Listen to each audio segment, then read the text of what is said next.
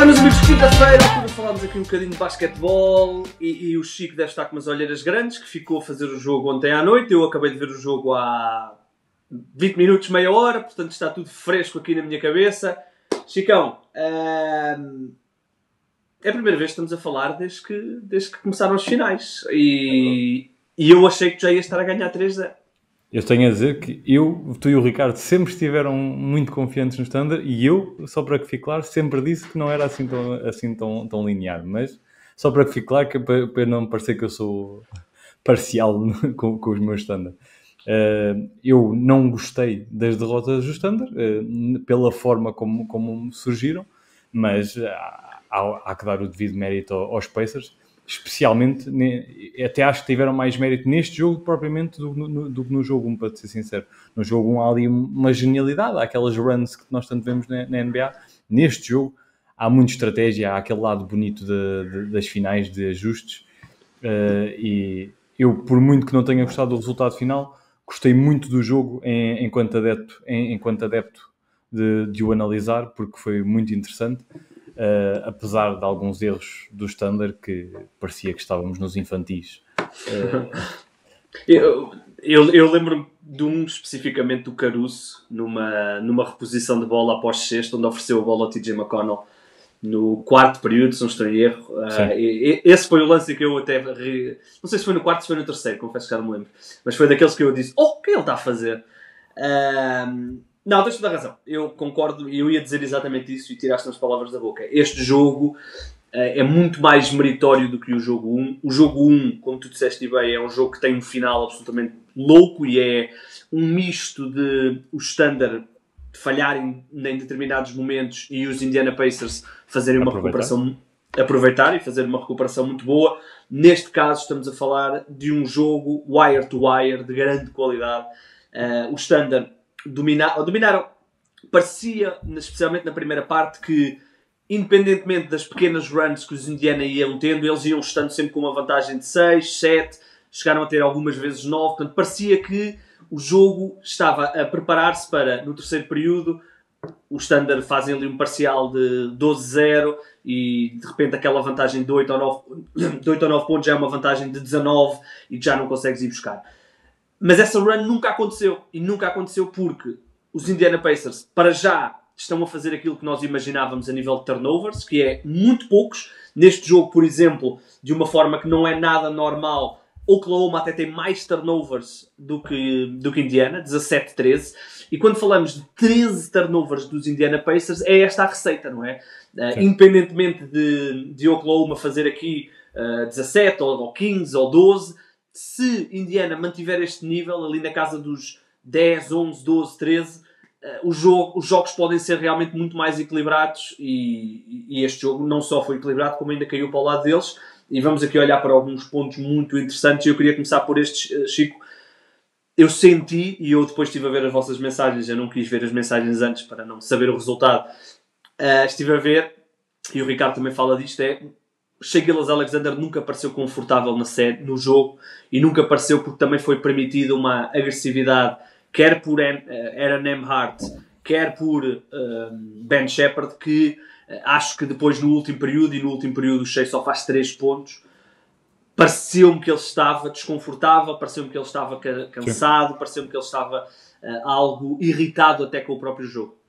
Sim, eu senti completamente isso e ele a certa altura até acho que foi muito inteligente porque perante essa agressividade tentou assumir mais um papel de facilitador e faz ali 2, 3 assistências quase sempre para cortes para o cesto do Chet, do Jalen Williams e assim. E eu gostei muito dessa abordagem porque pensei, ok, ele está a perceber que o jogo ofensivo não lhe está a ter a mesma facilidade que é habitual, vai potenciar os role players, porque eu tenho sentido muito que isto é uma final para os role players e este jogo mostrou muito, muito disso. Mas ele estava claramente desgastado e quando o jogo entra naquela fase que nós quase sempre temos nestes jogos muito renhidos de as estrelas a quererem assumir para liderar a equipa, tivemos o Haliburton a querer assumir a certa altura no quarto período, tivemos o Shai a querer assumir, mas o Haliburton estava com uma frescura totalmente distinta para conseguir assumir o jogo nessa fase decisiva do que o Shai. O Shai parecia que os lançamentos eram todos curtos. Porquê? Porque já devia estar de tal forma desgastado com essa fisicalidade que não estava nem a pensar na forma correta, nem a praticar da forma correta. Falaste aí da agressividade e falaremos a seguir certamente. Eu tenho críticas à arbitragem de parte a parte, para não parecer aqui que sou parcial também, mas também há que dizer que nesse sentido até acho que foram coerentes no sentido de deixaram a agressividade de ser uma constante de lado a lado. O Dort e o Caruso também foram excessivamente agressivos em vários momentos do jogo. Se calhar acaba a última imagem que fica é a agressividade se calhar excessiva dos Pacers, também pela forma como o jogo termina, mas a verdade é que o Dort também tem ali um lance muito triste de dar uma cotovelada ao Haliburton, uma cotovelada que passa completamente impune, e isso nunca deveria acontecer na vida. Há vários momentos do jogo em que eu senti que a arbitragem não estava no nível desejado. Agora, ao menos, e é uma coisa que eu gosto, foram coerentes, a agressividade foi excessiva, mas foram coerentes para os dois lados e ao longo do jogo. Já vamos falar desse lance específico, eu sei qual é o lance que estás a falar, mas ainda em relação aos 6, estamos a ver aqui 9 em 20. 9 em 20 não é dramático, não é, são 45%. Ele tem lançado, no primeiro jogo lançou 30 e tal vezes, no segundo jogo lançou 20 e tal, agora lançou 20. O que é mais dramático são os 6 turnovers, que são muito. E depois há uma coisa que eu senti no jogo, e eu sei que na transmissão da ABC a Doris Burke também fez referência a isso, e eu estranhei. Portanto, o Shai Gilgeous-Alexander, por norma, joga todo o terceiro período. Joga todo o terceiro período, descansa na casa dos 2, 3, às vezes, dependendo de como está o jogo, 4 minutos no arranque do quarto período, e normalmente reentra ali na casa dos 8 minutos. Ora, ele não jogou o terceiro período todo. Notou-se que ele estava desgastado e ele foi retirado com cerca de 1 minuto do final do terceiro período. E eu pensei, olha, boa, Mark Daigneault, que até estava à frente, vai aumentar aqui os minutos de descanso ao Shai. Ele está claramente desgastado. Quando o Shai entrar, vai entrar refrescado e vai fazer ali 8, 7 minutos de grande qualidade, porque o jogo estava muito equilibrado. O que é certo é que o Shai reentra no quarto período quando só tinha passado 1 minuto e pico. E, portanto, jogou depois daqueles 9 minutos e tal, quase 10 minutos seguidos. E eu achei que isso, se calhar, poderia ter sido melhor gerido por parte do Mark Daigneault. Foi apenas uma coisa que eu reparei, que achei que poderia ter ajudado o Shai na reta final. O Shai lançou apenas 3 vezes no último período. Ele quando entra, esses 3 lançamentos, até tenho a ideia que foram muito cedo, porque ele entra e até entra bem. Há ali uma fase de disputa entre o Haliburton e Shai a tentarem se bater, o Haliburton se calhar com um bocadinho mais de ajuda naquela fase, e depois o Shai desaparece. Há um trabalho tremendo do Nembhard de marcação, ele faz um jogaço mesmo defensivo, e tem muito mérito nesse desaparecimento do Shai, e estamos a falar de um desaparecimento de um jogador que acaba com 24 pontos, o que diz muito sobre a sua qualidade, e ele também esteve muito bem do lado defensivo. Era uma nota que eu queria trazer. O Shai esteve mesmo muito bem do lado defensivo. Mas eu percebo esse ponto que estás a levantar, porque o desgaste já era grande, ele entrando tão cedo, numa fase que a equipa não estava mal sem ele. Aliás, a equipa, como tu referiste, termina o terceiro período sem ele e termina bem, com o Jalen Williams a fazer um grande... Muito bem, sim. Fazem ali 2 jogadas de 3 pontos, 1-2 mais 1 de alguém que eu não me lembro. É do Chet. O Jalen Williams aproveita o bloqueio direto, solta para o Chet, o Chet ataca o sexto. Exatamente, o Chet sai no Duncan. E depois logo a seguir um triplo do Jalen Williams. São 6 pontos seguidos e os Pacers não marcaram. Portanto, os OKC terminam muito bem o período, e foi por isso até que eu achei, olha, ok, ele vai dar aqui, vai comprar aqui mais um minutinho ao Shai para descansar. Acabou por não acontecer, e tu destacaste bem os 3 lançamentos, pelo menos 2 eu tenho a certeza que foram logo na entrada, depois haverá outros que eu já não me lembro qual é que foi.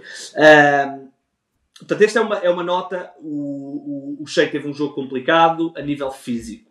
Não é que tenha tido um mau jogo, mas pareceu-me que lhe faltou o gás depois na fase da decisão. Olhando para o outro lado, e tem sido um dos pontos muito apontados, a questão do Tyrese Haliburton, aquela ideia de que ele tem que ser mais agressivo, entre aspas. eu discordo totalmente. Acho que o Haliburton nunca será esse tipo de jogador de lançar 25 vezes num jogo ou 30 vezes num jogo. Não é que ele não consiga, mas ele é muito mais este jogador de 8 assistências, 9 assistências, 13, 15, 17 lançamentos. Portanto, faz ali um jogo diferente, não tanto à procura daquela marcação de pontos mais em isolamento. Porém, especialmente na primeira parte, especialmente no primeiro período, eu senti que ele terá percebido que se eu não fizer aqui 4, 5 minutos de 6, 7 pontos, os Thunder vão fugir no marcador. E senti isso especialmente na primeira parte.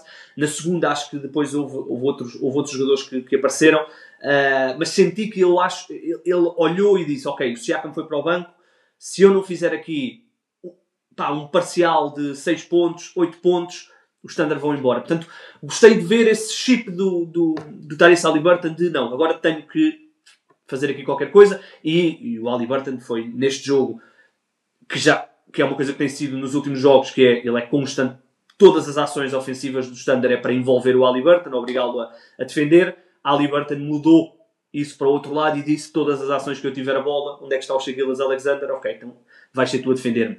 Há uma grande diferença entre a defesa do Shai e o do Haliburton. O Shai é, se calhar, 3 vezes melhor, mas é também aquele princípio de vamos atacar o defesa mais fraco, entre aspas, e ao mesmo tempo vamos desgastar o melhor jogador e o ball handler desta equipa. Sentiste isso também no jogo, que o Haliburton houve ali um momento que disse, ok, tenho que ir, e foi? Sim, e o Shai começa-se a mostrar porque também foi cada vez chamado mais vezes a intervir. Ele até acho que faz 3 desarmes de lançamento, algo assim do género. Eu posso-te dizer assim, que eu tenho aqui a ficha aberta, faz 3 blocos. E obviamente, como referi, o Shai tem muito mérito de ser um atacante incrível e muito bom defensor, tendo em conta normalmente a discrepância que há entre ser bom até ofensivamente e ser bom defensivamente, mas é o que tu disseste. Para seres um grande defensor e seres um grande atacante, tu tens que ter uma stamina incrível e uma capacidade de recuperação durante o jogo espetacular. E não é qualquer jogador que aguenta, numa série tão dura como está a ser, isto durante 40 minutos de jogo. É muito desgastante e acaba por influenciar. É uma bola de neve. Acaba por influenciar os teus lançamentos, as tuas decisões, como se viu pelos turnovers, claro. A forma como tu atacas o cesto, tudo e mais alguma coisa. E nesse sentido os Pacers têm sido muito, muito inteligentes. Obviamente que ajuda terem pegado em 2 grandes defensores também para chatear o Shai de um lado e depois tem o full court, sim, que foi o jogo quase todo assim. Os Thunder quase sempre eram obrigados a mudar o ball handler que levava a bola para o ataque, e quase sempre tinha que ser ou o Jalen Williams ou até às vezes o Chet durante um curto período para depois soltar. Isso mexe com as dinâmicas de um E olha que eu gostei do Chet, teve pelo menos 2 ou 3 bolas dessas muito, muito interessantes. Sim, ele tem lá 2 ou 3 em que já está mais afastado do cesto por mérito do Miles Turner, em que comete erros na forma como ataca o cesto, mas ele é um jogador com algum talento para levar a bola para o ataque e isso possibilita outro tipo de ataques e possibilita outro tipo de construções. E ele começa muito bem, e esse era um dos pontos que eu queria trazer, porque, e eu referi já brevemente isto, eu acho que isto é a mesma série dos role players, porque no início do jogo o Chet, o Dort faz 3 em 3 da linha de 3, estavam muito bem, os Thunder estavam muito bem. Quando o Mathurin começa a aparecer, quando o Nembhard começa a agarrar o Shai de uma forma tremenda, quando o TJ McConnell, que eu já aqui elogiei tanta vez e continuo a dizer que deve ser o fã número do clube de fãs dele, quando tem aquela série de roubos de bola e de assistências quando penetra para o cesto, sempre com um role player como o Obi Toppin, que eu também não dava isto tudo e tem ali um papel muito importante, sempre que esses role players aparecem no jogo, como vimos no jogo 2 com o Wiggins e com o Caruso, por exemplo, aparecem, faz toda a diferença e a profundidade vai fazer muita diferença nestas finais.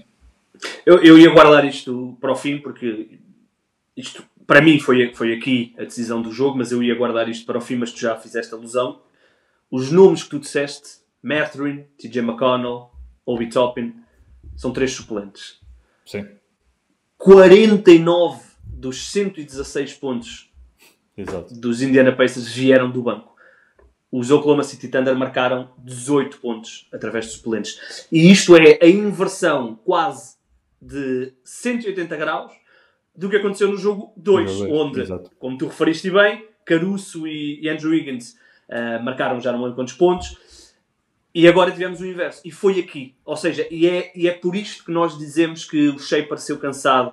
Porquê? Porque os Indiana Pacers, independentemente da bola estar a cair ou não, os Indiana Pacers, durante 48 minutos o ritmo deles é no pico. E porquê? Porque quando eles vão ao banco vão buscar Obi Toppin, que para mim foi a chave da série, a chave deste jogo, foi o Obi Toppin, já vou falar dele um bocadinho.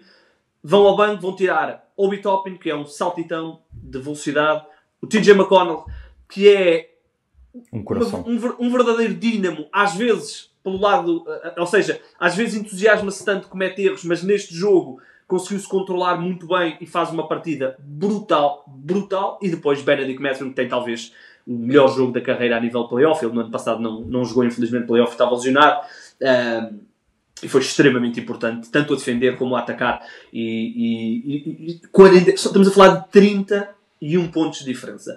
E depois, posto isto, há uma outra coisa que finalmente apareceu na série, que nos últimos 2 jogos não tinha aparecido, que ainda não apareceu para os Oklahoma City Thunder, porque os Indiana Pacers estão a fazer um trabalho defensivo em transição brutal, mas do outro lado já tivemos 17 pontos em fast break. Os Indiana Pacers marcam muitos pontos em transição, os Oklahoma City Thunder também. E esta era uma das batalhas que nós tínhamos apontado na divisão quando eu fiz com o Ricardo. Tínhamos 2 batalhas, ressaltos ofensivos e fast break points, e pontos a seguir a turnovers. Neste jogo os Indiana Pacers já deram uma pequena amostra, são 7 pontos a mais. Portanto, são 7 pontos que faz toda a diferença quando a vantagem do jogo são 9 ao final do jogo. Portanto, estão aqui, na minha opinião, as chaves. Tudo o resto acho que foi mais ou menos igual aos outros jogos. Voltei a estranhar Mark Daigneault nunca ter apostado no Double Big. Só uma vez, num período alargado de tempo, é que estiveram Hartenstein e Chet ao mesmo tempo no campo. Achei que, por exemplo, no final do primeiro período, quando o Rick Carlisle tira o Miles Turner e não mete o Obi Toppin, e quem fica a ser o 5 no fundo é o Siakam, achei que ele podia tentar o Double Big para ver se conseguia castigar nos ressaltos ofensivos. Ele não o fez uma substituição logo de tirar o Chet e meter o Isaiah Hartenstein. Portanto, tenho estranhado no jogo em que mais tempo jogaram os 2 bigs, os Oklahoma City Thunder ganharam. Portanto, não estou bem a compreender o que é que está aqui a acontecer nesta ideia de jogar, nesta recusa em 2 jogos de jogar com o Double Bigs. Eu concordo contigo, até porque eu gosto muito das dinâmicas que eles construíram ao longo da época entre Chet e o Hartenstein. Acho que não só combinam bem entre si, como solta muito os outros jogadores. E depois a proteção das tabelas, como tu referiste, pode ser decisiva. Ajuda também defensivamente, é a tal bola de neve, porque eles dois são grandes defensores, iam obrigar a jogar posterior, os Pacers a jogar muito mais posterior, jogando mais posterior se os Thunder defenderem bem e os Pacers cometerem erros, podem surgir as tais transições, como surgiram muito no jogo 2. Estes ajustes são importantes. Estranhei o Mark Daigneault não apostar nisso, porque ele é um treinador que normalmente não deixa escapar esses pormenores. Desta vez deixou, e a certa altura até vimos o Siakam a marcar, nessa fase que tu estás a referir, e muito bem, que eu tinha aqui apontado, o Siakam até aproveitaram para ser o Siakam a defender o Shea, para poder libertar os outros jogadores. Aqui também se notou a experiência do Rick Carlisle para aproveitar o momento com o M grande do jogo, porque aquele foi o momento em que a equipa sabia que podia reaproximar-se e mais tarde distanciar-se, como fez no quarto período. Os Thunder surgem logo as referências à experiência e tudo mais. Eu acho que agora já não podemos usar esse argumento para os Thunder. Já não acho também concordo. Acho que nesta fase os Thunder já ganharam com muito mérito a obrigação de não somos uma equipa jovem. Somos uma equipa jovem, mas com uma qualidade tremenda e que já aprendeu a jogar com o que tem. E depois, erros, eu considero que essa questão da rotação foi um erro. Erros acontecem, tal como os jogadores o fazem dentro de campo, o treinador também o faz, acontece. Agora este jogo 4 já abordaremos, mas vai ser muito importante ver esse ajuste, porque, na minha opinião, é o tudo ou nada para os Thunder. Pois, sim. Já vamos aí ao jogo 4, eu queria só referir 2 coisas muito, muito rápidas para fecharmos este jogo. Gostei muito de ver Pascal Siakam no arranque da partida, especialmente quando o Shea faz uma falta muito cedo e houve 3 momentos seguidos em que o Siakam consegue a troca para ser defendido debaixo do cesto pelo Shea, e que é uma coisa que eles não têm conseguido explorar porque demoram muito tempo a colocar lá a bola. Neste jogo gostei dessas, acho que foram as 3 primeiras posses de bola que os Pacers marcaram, foram assim, 3 momentos em que o Siakam tem o Shea lá, 2 eu sei que é, uma é um fade away, já não me lembro se é o Shea, se é o Cason Wallace que está em cima dele, mas gostei de ver. Eu acho que o Siakam, o seu skill set, aquela coisa de poder fazer de tudo um pouco, é uma das chaves da série e uma das chaves dos Indiana Pacers. Portanto, gostei disso. Outra coisa que eu queria destacar para fecharmos, esta série está a ser muito ingrata para o Miles Turner. O Miles Turner, que até tem um excelente momento de highlight nos últimos 2 minutos, quando faz aquele bloco ao Chet no lançamento triplo, e depois o Chet ganha o próprio ressalto, penetra para o cesto e o Miles Turner consegue defendê-lo, e a bola depois até bate no Chet e sai para fora. Portanto, teve esse momento muito bonito, mas o jogo dele foi muito mau. E é engraçado porque eu não imaginei que o pick and roll, pick and pop entre o Haliburton e o Miles Turner fosse dar tantas oportunidades de lançamento ao Miles Turner. Ele teve vários lançamentos na zona do lance livre, na zona dos 3 pontos, no mid-range, vários lançamentos sem contestação, porque a defesa shiftou muito para o lado do Haliburton.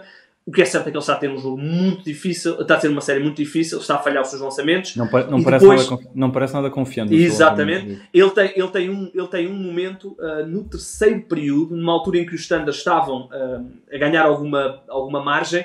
Há um momento em que o Miles Turner, há uma jogada, há uma confusão, um scramble, e a bola vai ter ao Miles Turner. Ele está completamente sozinho, de frente para o cesto, na linha de 3 pontos. Ele nem olhou para o cesto. Eu até disse, não lanças. Ou seja, isso é quem não tem, como tu disseste bem, confiança no seu lançamento. E depois no lado defensivo, cada vez que o Shea Gilgeous-Alexander vai em penetração e vê o Miles Turner à frente, parece um layup line, é um pequeno Eurostep, é um pequeno turn, e o Miles Turner está a ter uma série difícil. Tem-se falado muito da questão da renovação do Miles Turner, e atenção, porque se os Pacers ganharem mais 2 jogos nesta série, ninguém se vai lembrar das dificuldades do Miles Turner. Mas se por acaso os Oklahoma City Thunder ganham a série, e eu continuo a achar que vão ganhar a série, o Miles Turner... Tens que parar de dizer isso. Tem que parar. Vocês estão a dar jinx e eu depois vou ficar triste. Tem que parar.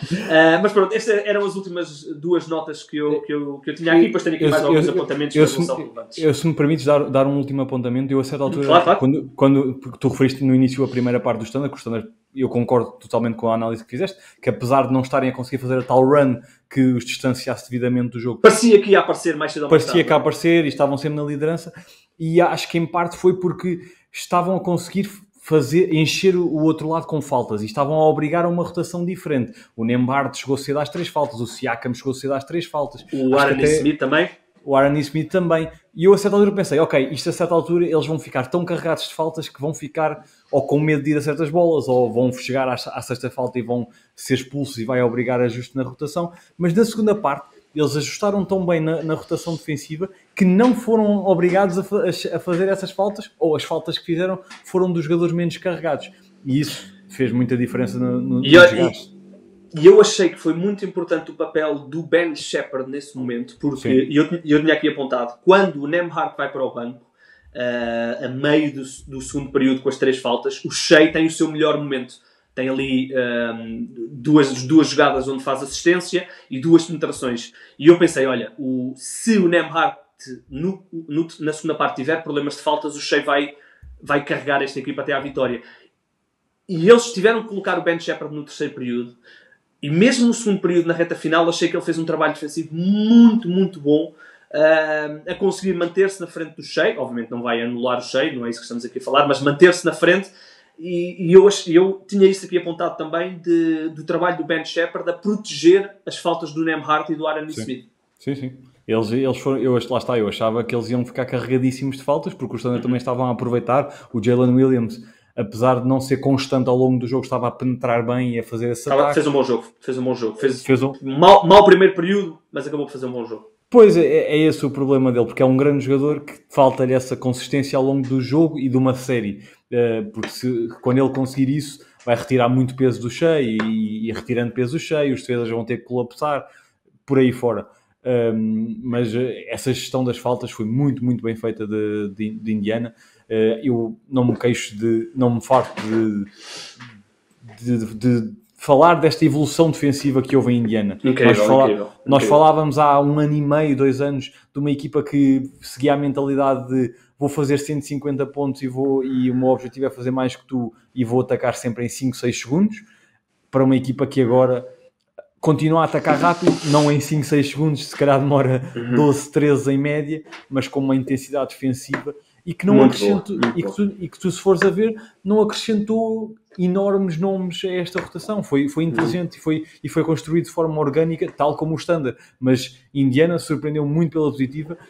Eu, obviamente, pelo meu lado de fã, espero que o Standard consigam ainda vencer isto, mas tenho já a dizer, e aproveito que ainda é cedo na série, que se Indiana vencer esta série é muito merecido e é um título muito bem entregue, é bem entregue aos dois lados, mas neste momento até acho que é mais bem entregue aos Pacers pela forma como se têm ajustado. Sim, neste momento, né? Estão a ganhar 2-1, né? Sim, mas imagina, podia ser 2-1 e ser umas vitórias daquelas renhidas que caíam para qualquer lado. Neste caso não, como nós referimos logo a abrir, esta vitória dos Pacers foi uma vitória de treinador, de ajustes, dos jogadores de ajuste.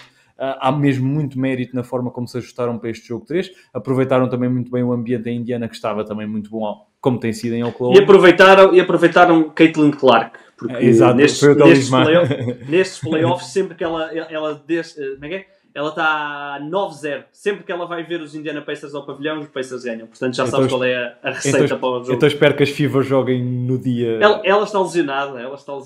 Está bem, mas tem que acompanhar a equipa para respeitar as colegas e tudo. Sim, mas não podem jogar à mesma hora, porque é o mesmo pavilhão, não é? Não, só precisa de ser fora de linha, okay, e ela tem que acompanhar a equipa. Vou passar essa mensagem à treinadora, que isto não pode ser assim. Muito bem. Destacaste há bocadinho o Obi Toppin. Estou como tu. Eu, quando vi o Obi Toppin jogar as primeiras vezes em Nova Iorque, não esperavas isto tudo.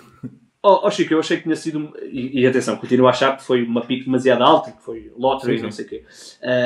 Mas vê-lo agora nas finais a ser decisivo no jogo 1, decisivo na série contra os Knicks, num jogo, e agora muito importante neste jogo também, é impressionante realmente o crescimento deste jogador que faz-me lembrar um bocadinho, tu se calhar não te lembras bem, mas faz-me lembrar um bocadinho o Lamar Odom, porque faz um bocadinho de tudo, não lança tão bem, nem é tão bom ball-handler como era o Lamar Odom, mas tem esta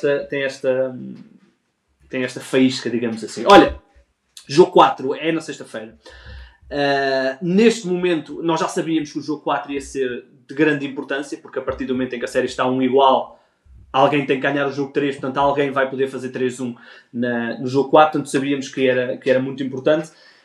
Chico, não vou querer falar muito, mas eu diria que todas aquelas pessoas que falam da juventude dos Oklahoma City Thunder, todas aquelas pessoas que falam e tudo isso é válido também para o outro lado, não é? Porque isto com a exceção do Pascal Siakam e do Caruso, ninguém esteve nestas situações na carreira. Sim. Mas eu diria que este é o grande momento para os Oklahoma City Thunder. É o jogo 4 em Indiana. Obviamente depois com o evoluir da série podemos ter um jogo 6, um jogo 7, se calhar vão ser ainda mais, mas para já este é o jogo que uma equipa que ganhou 80 jogos, já vai se calhar com mais de 80 jogos na fase regular e playoffs, a equipa que dominou a temporada na NBA. Este é um momento que o MVP, o All-NBA, seria um candidato a Defensive Player of the Year se não estivesse lesionado. Os dois jogadores que vocês têm nas All-Defensive, os role players, este é o momento, Chico. Este é o momento de terem que dar... Este jogo tem que ganhar. Sem dúvida. Até porque pelo peso anímico, porque tinhas conseguido com muito mérito a vantagem em casa, perde-a logo a abrir, isso tem um peso anímico. Chegar 3-1, vais jogar a Oklahoma, os de Indiana quase que te podem dar o jogo, entre aspas, porque pensam, ok, fica 3-2, mas nós em casa vamos mais descansados e o peso está do vosso lado, porque todas as vossas ações vão pesar o dobro do que a nós, porque nós mesmo que façamos algo de muito mal, temos um jogo 7 para nos redimir. Sim, e temos um jogo 6 também, não é? Ou seja, isto é o fator para os dois jogos. Exato. Portanto, o peso anímico pesa muito nestas alturas, especialmente, e aqui não estou a falar da experiência, para jogadores mais jovens que podem sentir aquela... E não é uma questão de ter muitos jogos ou não na perna, é de querer provar-se, como tu referiste. O MVP quer-se mostrar, como já sentimos em alguns momentos do jogo desta série, aliás, em que ele queria tanto assumir que nem sequer... Por exemplo, no jogo 1 eu senti muito isso. O Shea queria tanto assumir o jogo e mostrar que esta é a minha equipa, esta é a minha série, estas são as minhas finais, que não libertou devidamente a equipa. O Chet é um jogador muito jovem que está no início de carreira na Liga. Isto tem um peso de quererem mostrar-se. Indiana pode vir a ter esse peso também, se Oklahoma conseguir mudar essa a balança anímica das finais. E agora vai ser difícil, porque o ambiente da Indiana está cada vez mais confiante. Viu-se em cada ação, especialmente neste quarto período, o público, como é natural, ia à loucura, ajudava muito. E isto faz toda a diferença no desenvolvimento de uma série. Pronto, não querendo finalizar desta forma, mas acho que há que se referir a tal arbitragem, como estávamos a falar, também não ajudou nos momentos em que apareceu. A falta do Dort, por exemplo, é muito grave, aquela cotovelada, mas é num momento precoce da partida, o que faz com que passe mais despercebido. Por exemplo, o TJ McConnell tem lá um lance em que vai com aquela alma dele e vai buscar a bola fora de campo, ele pisa, não sei se tu percebeste, ele pisa e depois manda a bola contra o Cason Wallace e ganha a posse de bola. Aquela falta no final... A falta do Benedict Mathurin... Não me cabe. Foi o Caruso, não foi? Foi sobre o Caruso. Lá está, eu não quero falar demasiado porque posso sempre ser acusado de ser fanático do Standard, mas em qualquer liga europeia aquilo era uma antidesportiva. Obviamente é outra liga, mas isto é basquetebol. Ele não tem qualquer intenção de jogar a bola. Isto não é só uma hard fall, isto é uma falta feia. O problema é que eles têm... E só para ficar claro, os Pacers merecem vencer, isso não está em causa. Eu acho que mesmo com aquela falta antidesportiva, na minha opinião, deveriam ter vencido. Mas não pode acontecer aquilo. Obviamente seria mais um fator para o jogo. Eles, quando analisam se é uma flagrante, eles têm 3 critérios, que é aqueles que eles chamam wind-up, que é do género quando tu vens com a mão atrás para bater, portanto eles chamam isso wind-up. Se vai à cabeça ou não, e se tem qualquer tipo de intenção de jogar a bola.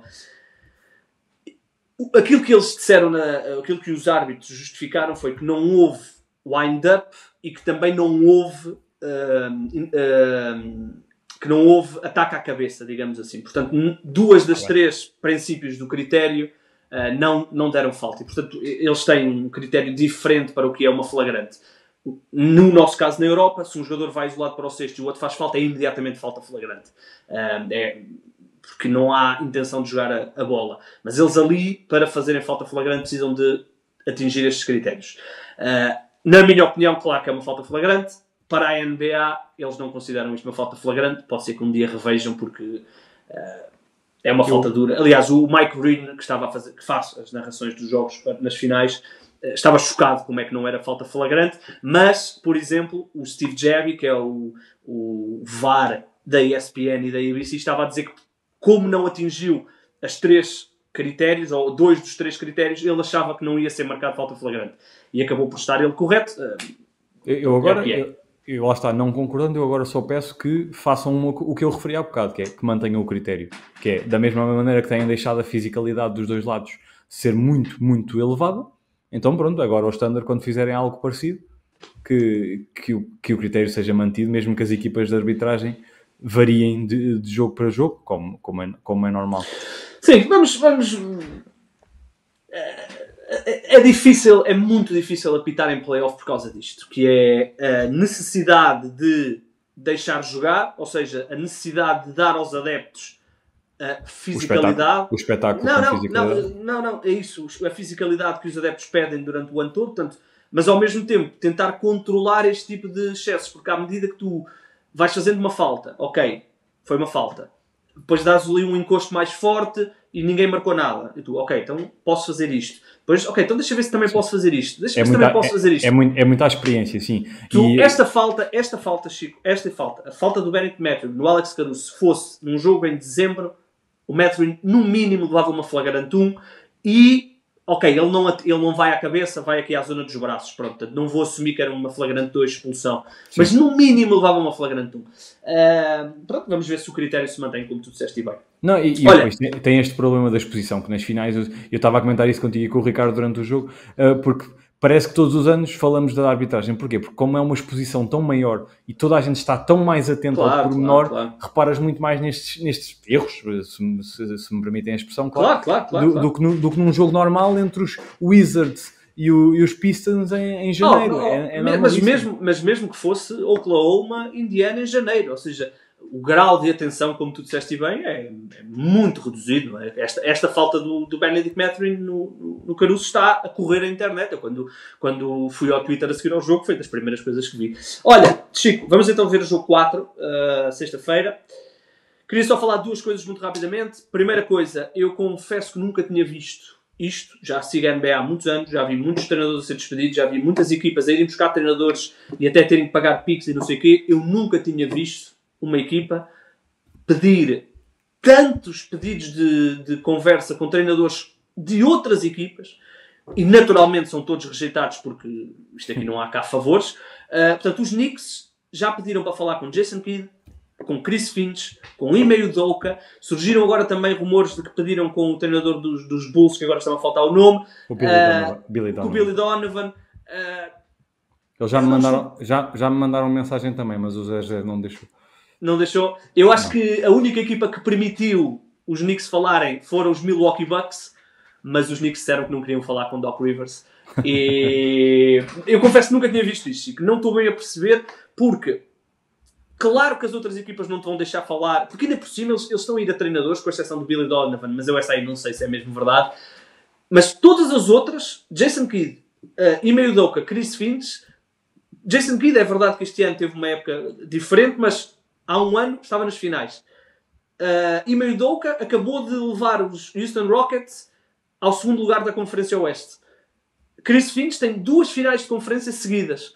Portanto, eu não estou bem a compreender, porque quem for escolhido dos Knicks, neste momento já vai ser tipo até pode ser mentira, mas neste momento já vai ser encarado como uma 10ª escolha. Sim. Como o gajo que eles conseguiram, porque todos os outros não tiveram oportunidade. Eu não estou bem a perceber. A partir do momento em que tu queres despedir o teu treinador, neste caso o Tom Thibodeau, ok, é legítimo, podes fazê-lo, podes querer mais do que o Tom Thibodeau estava a fazer, mas depois não exponhas a tua franquia a esta vergonha e este ridículo de... Ontem recebemos para aí 4 notificações destas de Dallas Mavericks have said no to the New York Knicks request to talk with Jason Kidd. O mesmo para Ime Udoka, o mesmo para Chris Finch. Eu não estou a perceber o que é que está aqui a acontecer. Não, e depois falamos de uma equipa muito conceituada. Se isto fossem os Wizards, os Nets ou algo do género, tu ficavas dizendo, pronto, as piores equipas estão a ser rejeitadas por vários treinadores, como é normal. Agora, uma equipa tão conceituada, que veio de uma grande época, com grandes jogadores, com a possibilidade de, com o mercado que têm, irem buscar um Giannis, um Kevin Durant. E com um plantel do caraças. E com um grande plantel, eu acho que qualquer treinador da Liga deve neste momento estar a pensar, mas o que é que se passa ali de assim tão mal para isto estar a acontecer? Eu agora, se fosse convidado para ter esta reunião com os Knicks, eu próprio ficava de género, ok, mas vou com as minhas reservas. Mas a questão é essa. A questão é que eles nem sequer estão a conseguir falar. A questão é eles estarem tão publicamente à procura de treinadores que estão sob contrato com outras equipas. Sim, está a ser demasiado exposto as suas tentativas. E porque é o que tu estás a dizer. No mesmo dia surgem 3, 4 notificações diferentes. Parece que é do género. Toda a informação que está a surgir dos Knicks é mesmo para expor a 100%, para complicar ao máximo o processo deles. Parece que tem o chip no shoulder dos Knicks. Nós vamos dificultar-vos a vida ao máximo para esta nova etapa que vocês querem criar. Eu não estava à espera. Se calhar agora vai obrigá-los a não só ser mais resguardados, como a se calhar pensar um bocadinho fora da caixa e não ir a estes principais nomes que estão Chico, se tu me dissesse assim, olha, os Lakers acabaram de despedir o J.J. Redick. Eu, para mim, dizia, eu adorava ter o Ime Udoka, adorava ter o Jason Kidd, adorava ter... Mas são treinadores que estão sob contrato, não é? O que é que tu não podes expor as tuas vontades assim tão declaradamente, não é? Vamos ver. Para já eles estão à procura de treinador. Vamos ver quem é que será. E para fechar, queria só tocar aqui. Eu parece, isto é, sou só eu a pegar na informação toda e a tirar a minha opinião. Eu parece-me que Kevin Durant vai mesmo acabar em San António. O pacote que se fala é um pouco estranho. O pacote é estranho. O pacote é estranho. Mas eu acho que os Phoenix Suns vão ter que se preparar para pacotes estranhos. Sim. Porque com todo o respeito, eu tenho dito isto várias vezes, com todo o respeito para o Kevin Durant, que é um dos 10 melhores jogadores da história da Liga, não há dúvida nenhuma. É um jogador com 36 ou 37 anos, é um jogador que vai precisar de ser estendido o seu contrato logo a seguir a ser trocado. Não é? Já está bem longe do seu prime. Continua a ser um jogador tremendo. Sim, o pacote que tu já se nota que a avaliação que as equipas estão a fazer dele já é muito diferente do que se fazia há 2 anos. E isso vai influenciar os pacotes que lhes são o pacote que tu referiste é, se for o mesmo que eu tenho lido, Jeremy Sohan, não é? Keldon Johnson, Harrison Barnes, que é para os contratos baterem certos, e a pick 14 deste draft. Ou seja, isto o que é que significa? Significa que os Spurs não só não dão a pick número 2 deste draft, não só não dão Devin Vassell, e não dão também o Stephen Castle. Mantêm tudo. Obviamente o Victor Wembanyama é diferente. Mas eles têm 3 blue chips para trocar. Devin Vassell, Stephen Castle e a pick número 2 deste draft. Nesta troca que está a ser avançada, não perdem nenhum. Eu não sei. Vamos ver. É que a certa altura falou-se da possível envolvência do Devin Vassell, como é normal, por ser um nome de relevo na rotação dos Spurs. Eu percebo que os Suns não queiram o Devin Vassell, porque vai, se calhar, chocar um pouco com o Devin Booker, que não deixa de ser a peça central da equipa neste momento. E isso obrigaria, provavelmente, ao envolvimento de outra equipa. Que é um cenário que pode acontecer.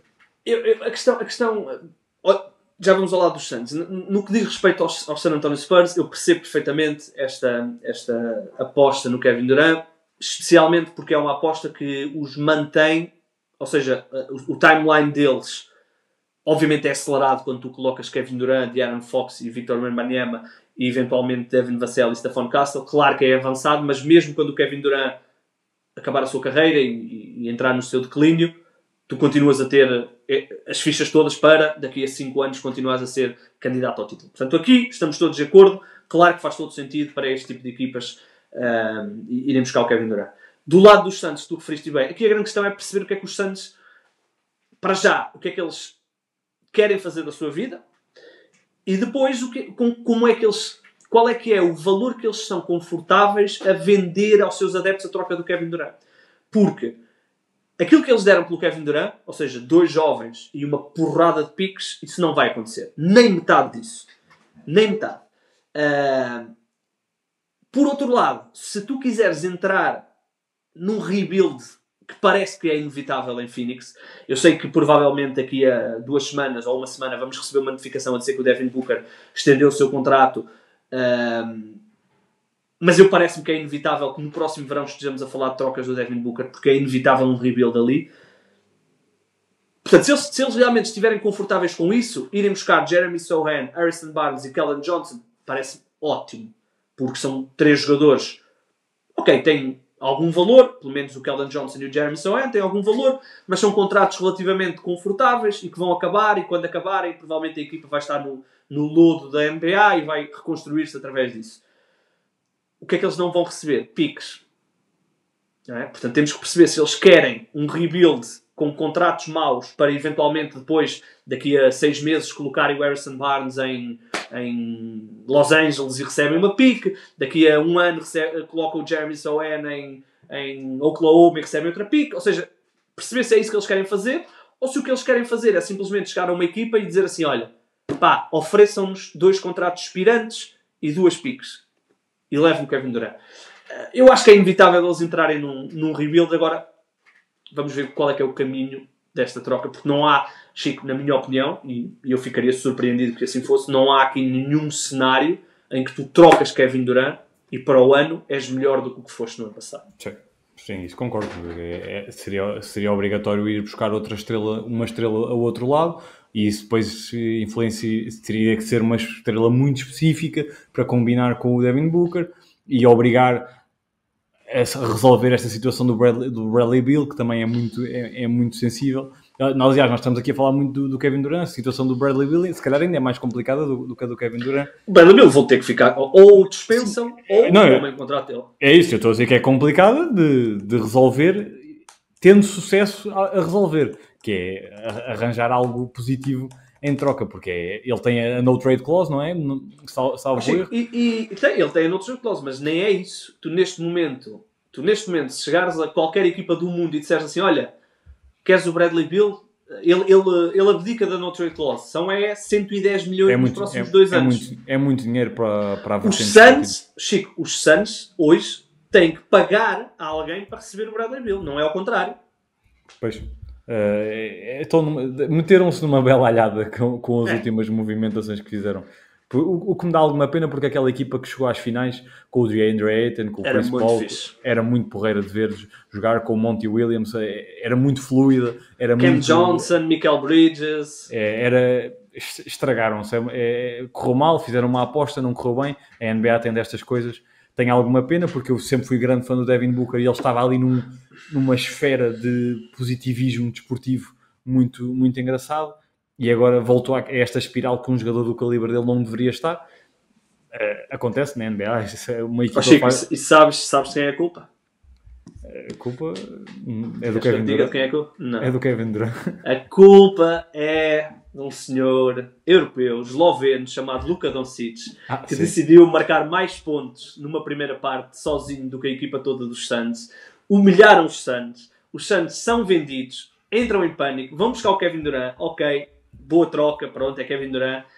Mas depois entram num pânico tal quando levam 4-2 de Denver, que qual é que é a estrela cá por aí? Bradley Beal, ok?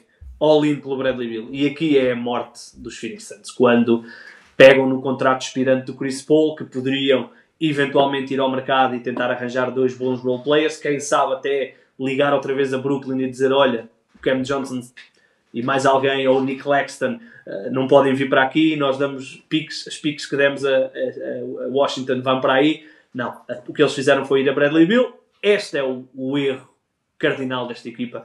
E depois a aposta a troca do Nurkic pelo DeAndre Ayton, que custou-lhes draft capital, e o Nurkic foi terrível na equipa. Houve aqui uma série de erros que certamente quando eles trocarem o Kevin Durant e entrarem ali no rebuild nós vamos poder revisitar, mas é como tu disseste, meteram-se aqui numa alhada. Esta troca do Kevin Durant, na minha opinião, não é a salvação. Não é como, por exemplo, os Bucks quando trocarem o Giannis, que vão conseguir receber tudo o que eles quiserem. Aqui não vai acontecer isso.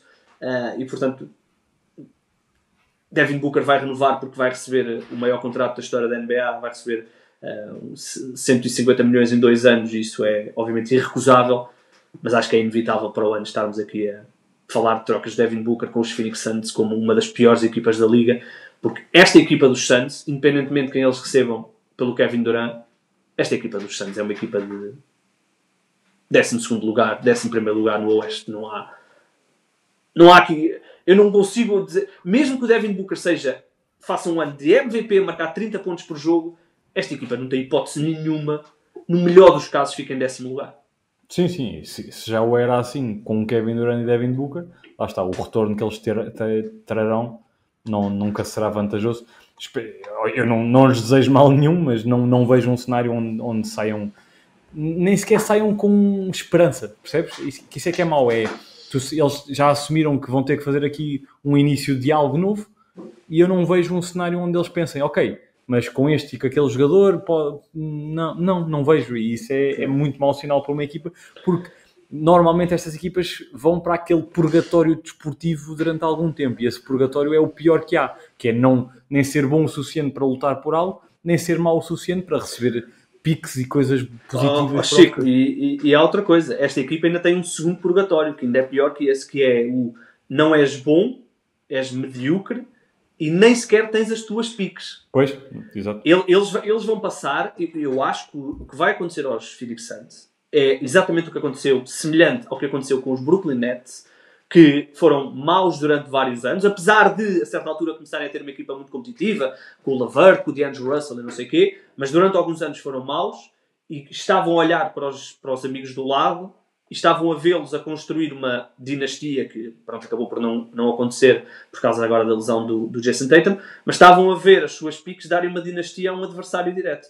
Os Suns correm um risco muito grande de, nos próximos 5 anos, serem miseráveis e as suas piques, algumas estão em Houston, outras estão noutros lados, de estarem a dar top 4 de draft, quem sabe, no pior dos cenários, a primeira pick num draft a ir para Houston porque tem a pick dos Suns. Tu falaste desse purgatório, eu ainda destaco este purgatório, porque esse então é dramático. Eu acho que não há ninguém adepto dos Brooklyn Nets que consiga ver um jogo de Boston e diga aí o Jason Tatum e o Jaylen Brown e o Marcus Smart e não sei o quê. Não há ninguém. Sim, lá está, tenho pena porque sou muito fã do Devin Booker, mas veremos o que é que... Acho que a troca vai acontecer brevemente e aí tiraremos mais conclusões. Sim. Até porque se têm enfatizado estes pacotes e assim, quando assim é porque já há conversações... Parece-me que sim, também, parece-me que sim. Eu acho que não ficava chocado que desde o dia em que acabarem os finais até ao draft possa acontecer isso. Bem, chegamos, vamos embora. Deixa-me só dar esta nota então, na sexta-feira, como eu já tenho estado aí a dizer, vamos fazer o acompanhamento do jogo 4 em direto na Twitch, provavelmente também no YouTube, portanto podem se juntar a nós quem quiser. No que diz respeito a gravações, fica para segunda-feira, não vamos fazer no sábado porque eu vou estar obviamente cansado e tenho também o mercado, portanto não vou estar a fazer, mas depois no domingo, na segunda-feira gravo com o Ricardo. E é isto, se conseguirem fundar 3, mandem-nos o vídeo.